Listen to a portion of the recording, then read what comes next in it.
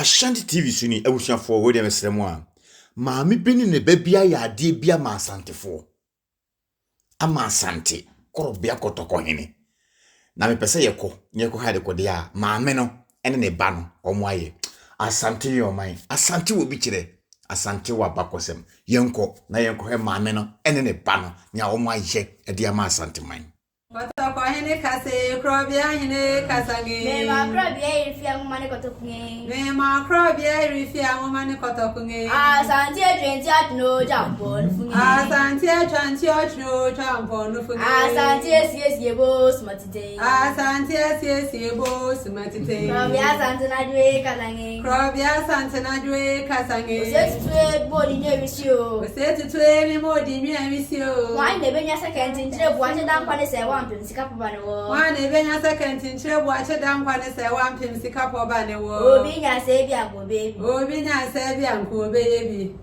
Manu ache du fie badan mi fie kasange Brebo bakana ne frampo no dem refer wisi Brebo bakana ne frampo no dem refer me ma jabendu adako ya nunge me ma jabendu adako ya nunge osetutu emi modi ya wisi o osetutu emi modi ya wisi o o person ade ni ade ne kabomba wasante mane gana menyina o person ade nkaboni ade ba wasante mane gana menyina obi nya se bi anko baby obi nya se bi anko baby Osade fuku na wasinge Okrade fuku na wasinge Okra Asante na dwe kasange Okra Asante na dwe kasange Okumba jato probada mifakuna wasa dunya shemeria Yo what's up Kotoko hene kase krobia hene kasange me ma krobia irifia ngomane kotokunge me ma krobia irifia ngomane kotokunge Asante adwenti atno jampo nufunge Asante atwanti otno jampo nufunge Asante siesie bo smatite Asante siesie bo smatite krobia Asante na dwe kasange krobia Asante na dwe kasange osetutwe bodi nyewisio osetutwe mi modi nyewisio why ne benya second ntre buache dan kwale se wampim sika poba ne wo wana benya second ntre buache dan kwale se wampim sika poba ne wo obi nya se bi anko baby obi nya se bi anko baby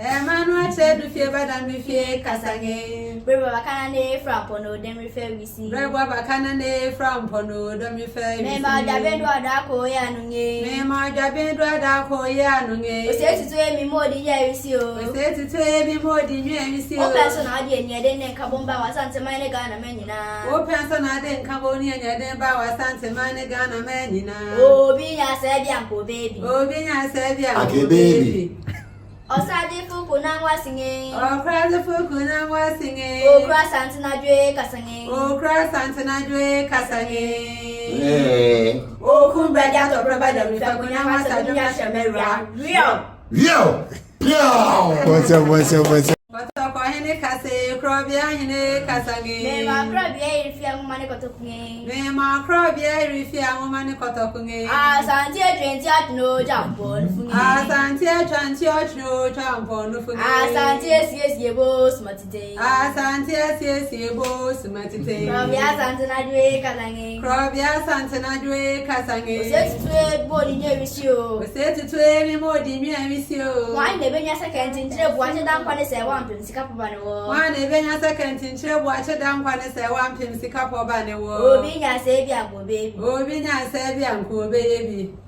Manu ache du fie badan mi fie kasange Brebo bakana ne frampo no dem refer wisi Brebo bakana ne frampo no dem refer me ma jabendu adako ya nunge me ma jabendu adako ya nunge osetutu emi modi ya wisi o osetutu emi modi ya wisi o person ade ni ade ne kabomba wasante mane gana menyina o person ade nkaboni ade ba wasante mane gana menyina obi nya se bi anko baby obi nya se bi anko baby Osade fuku na wasinge Okrade fuku na wasinge Okra Asante na dwe kasange Okra Asante na dwe kasange Okumba jato probada mifakuna wasa dunya shemeria yo what's up Kotoko hene kase krobia hine kasange. Me ma krobia irifia ngumane kotokunge. Me ma krobia irifia ngumane kotokunge. Asante twenty atno jampo nufunge. Asante twenty atno jampo nufunge. Asante siesiebo smatite. Asante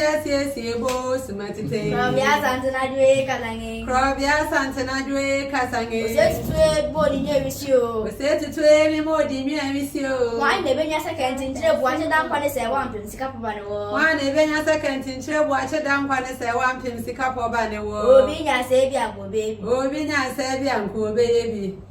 Emmanuel chedu fie bada mi fie kasange. Brebo bakana ne frampo no dem refer wisi. Brebo bakana ne frampo no dem refer wisi. Me ma jabendu ada ko ya nunge. Me ma jabendu ada ko ya nunge. Oseti to emi modi ya wisi o. Oseti to emi modi nya wisi o. O person ade eni de ne kabomba wasante mane Ghana menyina. O person ade nkaboni enya de ba wasante mane Ghana menyina. Obi nya se bi anko baby. Obi nya se bi anko baby. Osade fuku na wasinge. Okra fuku na wasinge. Okra santina dwe kasange. Okra santina dwe kasange. Okumbra jato probada mifakuna wasa dunya shamera. Yo! Yo! Yo! What's up?